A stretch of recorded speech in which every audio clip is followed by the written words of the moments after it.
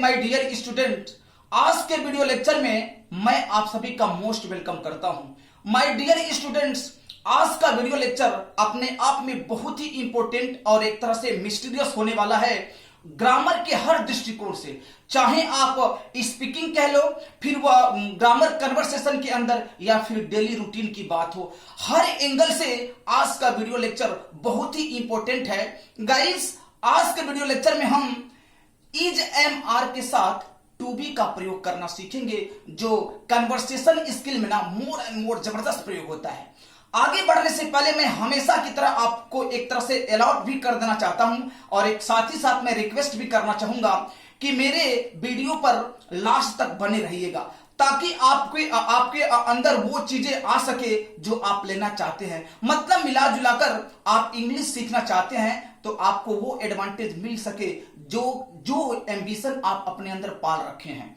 तो आइए थोड़ा सा हम आज के वीडियो लेक्चर पर मैं थोड़ा सा फोकस कर देता हूं, और थोड़ा सा उसका तरीका मैं बता देता हूं कि किस कंडीशन में इज एम आर के साथ टू बी का प्रयोग होता है, क्या उसका लक्षण होता है, रिकॉग्नाइज ऑफ टेंस क्या होगा, उसका सिस्टम क्या होगा। हम एग्जाम्पल के माध्यम से स्टेप बाय स्टेप समझने की कोशिश करेंगे। तो आइए हम ब्लैक बोर्ड के माध्यम से समझने की कोशिश करेंगे। कह रहा है is am are plus to B.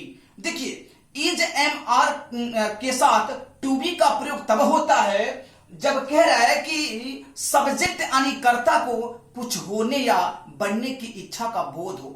मतलब सब्जेक्ट की एक प्लानिंग हो कि मुझे ये बनना है, मुझे वो बनना है, मुझे एक अधिकारी बनना है, मुझे एक आदर्श विद्यार्थी बनना है। इस तरह की कोई प्लानिंग हो, कोई योजना होना, तो इस कंडीशन में हम प्रेजेंट टेंस यानी वर्तमान काल में ना इज एम आर के साथ टू बी का प्रयोग करते हैं। आइए थोड़ा सा एक जो है कि कंडीशन भी देख लेते हैं ब्लैक बोर्ड के माध्यम से। कह रहा है कि इस तरह के वाक्यों के अंत में, मतलब रिकॉग्नाइज ऑफ टेंस, होना है, होने हैं, होनी है, या फिर बनना है, बनने हैं, बननी है, इस तरह का जो है वाक्य के अंत में शब्द आकर गिरता है। ये साउंड ऑफ टेंस कह लें, रिकॉग्नाइज ऑफ टेंस कह लें, बहुत ही इंपॉर्टेंट है।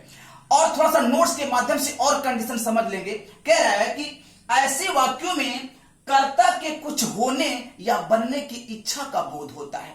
मैं वीडियो प्रारंभ होने के साथ ही आपको बता दिया था कि सब्जेक्ट की कोई प्लानिंग हो, कर्ता कुछ बनना चाहता है, और एक तरह से उसकी योजना है, प्लानिंग है कि वह कुछ होना चाहता है या कुछ बनना चाहता है। ऐसी कंडीशन में हम इज एम आर के साथ टू बी का प्रयोग करते हैं। और टू बी जानते हैं, बी माने होना या बनना होता है, ये जनरल चीजें सभी लोग जानते हैं। तो आइए अब हम एग्जाम्पल के माध्यम से हिंदी इंग्लिश दोनों देख करके और प्रूफ मैं कर रहा हूं। कह रहा है नंबर 1, उसे एक कवि होना है। देखिए, लग रहा है कोई एक कवि, पोएट होने की एक प्लानिंग कर रहा है, योजना बना रहा है। तो क्या कह रहा है कि उसे एक कवि होना है। तो ट्रांसलेट क्या बनेगा, he is to be a poet, he is to be a poet, उसे एक कवि होना है।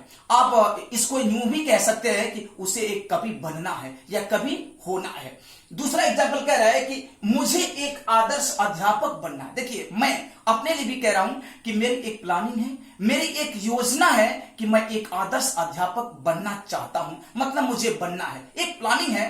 तो ट्रांसलेट क्या बनेगा, I am to be an ideal teacher, I am to be an ideal teacher, मुझे एक आदर्श अध्यापक बनना है या मुझे एक आदर्श अध्यापक होना है।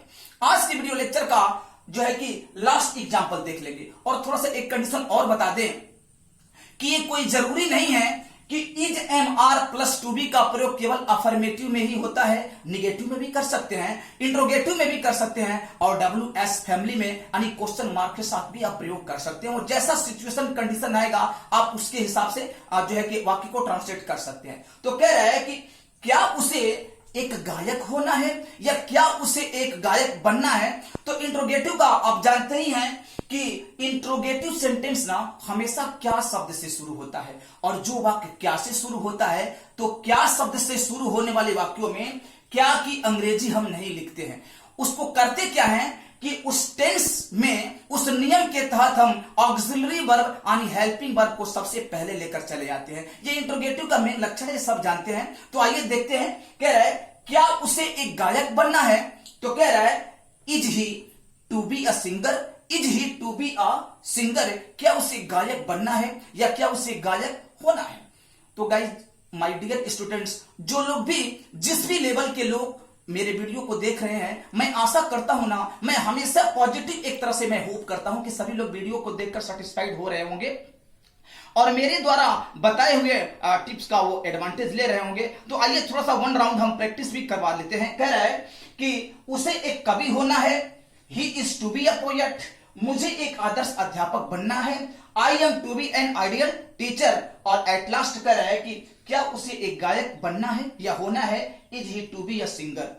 देखिए गाइस, मैं परफेक्टली एक आशा करता हूं कि आज का वीडियो लेक्चर बहुत ही अमेजिंग और इंटरेस्टिंग था और समझ भी गए होंगे। और फिर थोड़ा सा एक बार और रिमाइंड्स के तौर पे बता दूं ना कि इज एम आर के साथ टू बी का तब प्रयोग होता है जब सब्जेक्ट यानी कर्ता की कुछ प्लानिंग हो, कोई योजना बना रहा है कि मुझे एक गायक बनना है, मुझे एक सिंगर बनना है, मुझे एक म्यूजिशियन, एक संगीतकार होना है। एक प्लानिंग एक योजना को शो करता है और ऐसे वाक्यों में वाक्य के अंत में होना है, होने हैं, होनी है, बनना है, बनने हैं, बननी है, इस तरह का साउंड आकर गिरता है। तो इस कंडीशन में आप डाउटलेस इज एम आर के साथ टू बी का प्रयोग कर सकते हैं। तो जाते जाते फिर से मैं रिक्वेस्ट करना चाहूंगा कि मेरे चैनल के साथ जुड़े रहने के लिए मेरे चैनल को सब्सक्राइब, लाइक करें और अपने दोस्तों के साथ शेयर भी करें ताकि अनदर स्टूडेंट्स, अनदर लोग भी इसका एडवांटेज ले सकें। आज के लिए बस इतना। Thank you.